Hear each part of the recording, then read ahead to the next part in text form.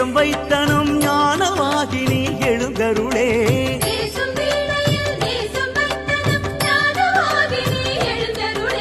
வாணி கலைவாணி வாக்கில் எழுத்தாணி நாளும் எழுதிடும் நாமகளே.